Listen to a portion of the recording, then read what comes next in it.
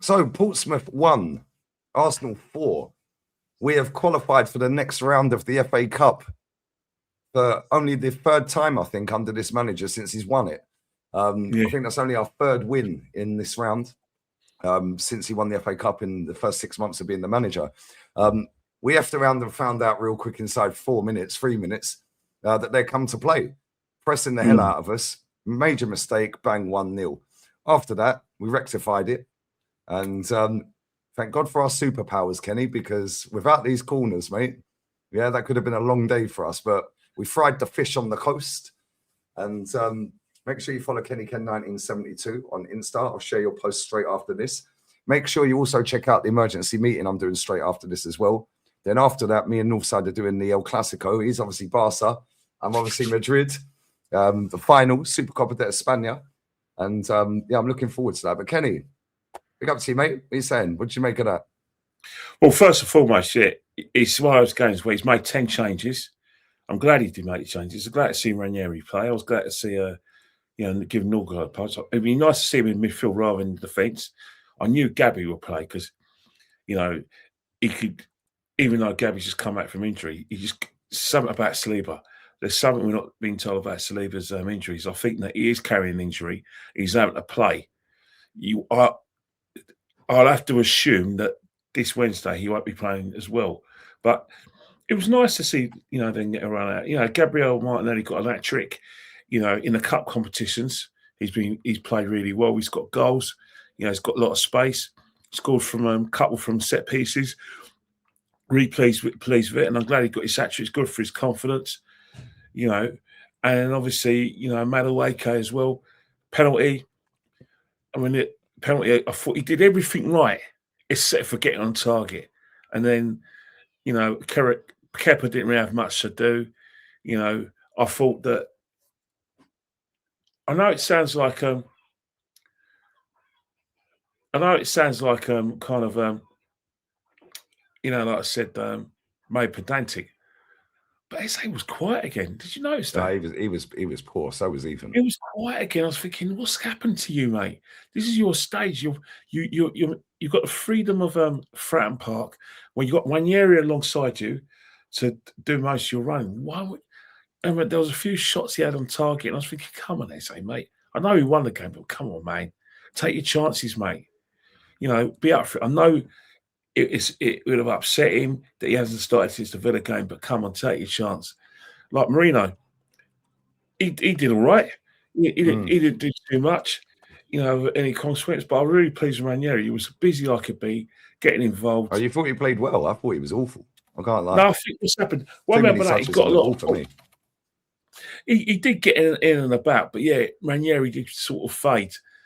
There's other players where other games where I look at the match and I think, you know what, it's one of those games where even though we made 10 changes, we were just absolutely comfortable. There's a massive gulf between like Portsmouth and Arsenal, and I have to say that, that I said I was just pleased. The fact that we won comfortably and we got ourselves out of there. One thing I would say is that, again, just shows you that maybe it's not all Gorkarez because Jesus played. I didn't see him getting much service either. As well. Yeah, but I didn't see him, get much service. Also, I didn't see him do the things that I normally like to see him do, i.e. create something and nothing. He had a very quiet game. Havertz, when he came on, used it as match practice. Those are things that we gauge from the game. But most importantly, two things. One, non-footballing. We didn't wear the white kit. And most importantly, I don't know about you, but I don't think we're going to win the FA Cup. It was just nice to get out of the third round. Do you know what I mean? Yeah, no, that's the thing. No, that was a potential banana skin. Let's be real. And the fact that we conceded early as well, you're thinking, oh, here we go. No, not today, mate, please. Yeah, but they bounced back. And listen, they were still having to go for the whole of the first half. The way they were pressing us was mad. And they were making some nice patterns across the pitch as well. As soon as they lost that winger, I can't remember his name. Was it Blair? I think it was Blair that went off. Yeah, as soon as he went off, that changed the game a little bit for them. Then second half, they just favored. It made it easy for us because, they they became a bit predictable. But one thing is, we kept the ball really well. But again, it's Portsmouth, but you still have to go there. You've got to make a statement. You know, it's basically we saw what we already knew. We knew that we're going to win it. We knew we were good at set pieces. We knew that we got a massive, a long bench, and that if anything like were to happen, then we were to get our big guns in. And we, to be honest, the only reason why we've got certain big guns on was because certain players who haven't played for a while got tired. Ranieri got a bit tired, so he brought an older guard, got Jesus off. He's just come back for it. He's got a bit tired. You know, what to give Kai Havertz a run at to see how he is. You know, there was nothing spectacular what Kai had done. As I said early in the piece, all he did was just, get the ball, lay it off a bit. Nothing to write home about. There was nothing to gauge or in comparison to Gyökeres. It's just that. Was you surprised he didn't play? I didn't think he would play. I didn't think he would play. I think that with Kai Havertz, in conjunction with the medical department, I think that because these players have come back from injury, I think Mikel will probably have to listen to them, especially Kai.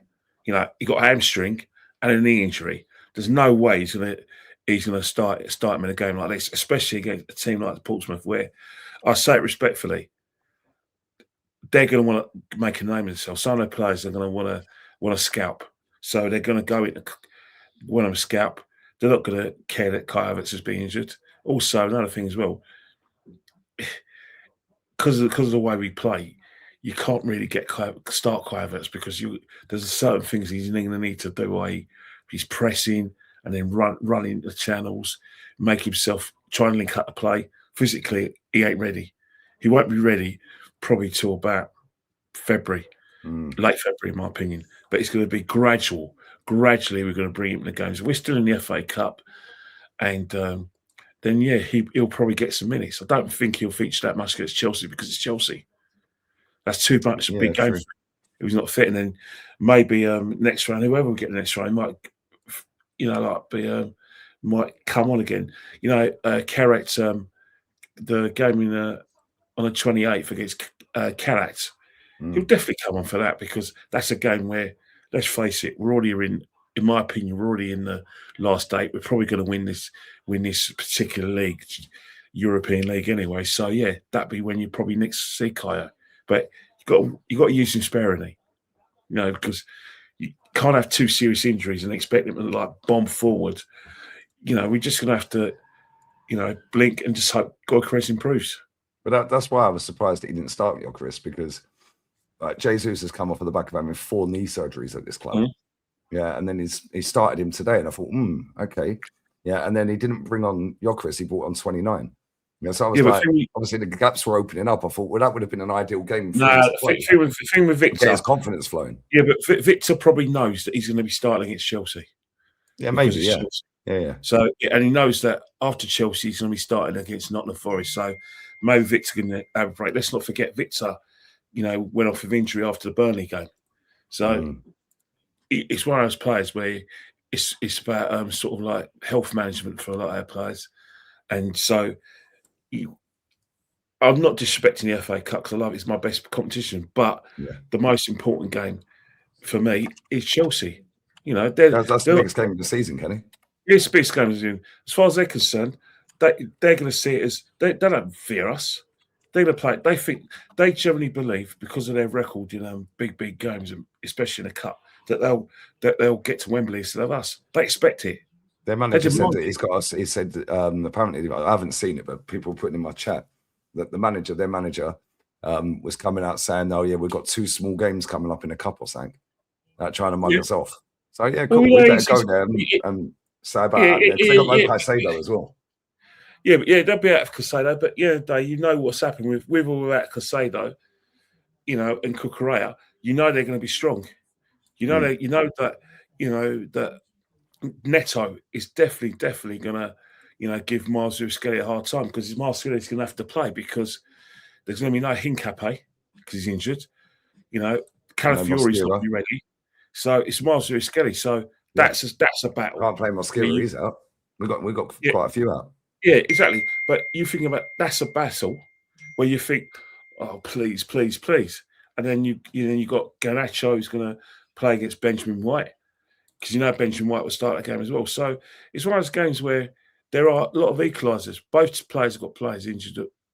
Players have got a couple of suspensions, but Chelsea are going to throw the kitchen sink at us. They're not going to they're going to play with passion, but they're going to play with their brains as well. So may the best team in London get through to the final. We need to get there, because if we go at Wembley, I fancy our chances, Kenny. Well, anything can happen at Wembley, but whoever we play, if we beat Chelsea, whoever we play, we're going to play, like I see, Man City, who have been the team of the 21st, like I said, the 2020s, Man City, the team of the 2020s, and of course Newcastle are the League Cup holders, so it's not going to be easy. But no, let's beat Chelsea first.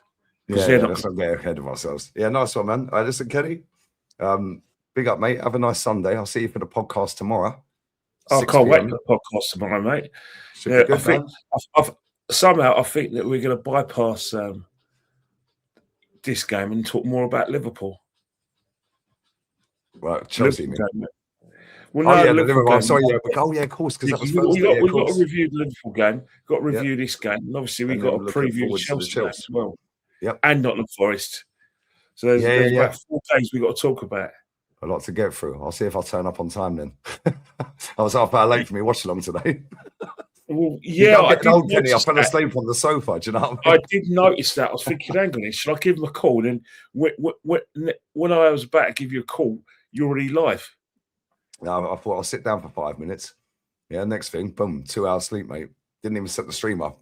Everyone was burning my phone off, but oh, what a goal! 2-0. Welbs, that man Welbs, that guy Welbs. Oh, so Man United 2-0 down. Welbs has just pinged one top bins. At Old Trafford, in the same end he scored for us at Old Trafford. Well, I better go and watch it then. All right, I'll speak to you soon. Love you, mate. Take care. See you, mate.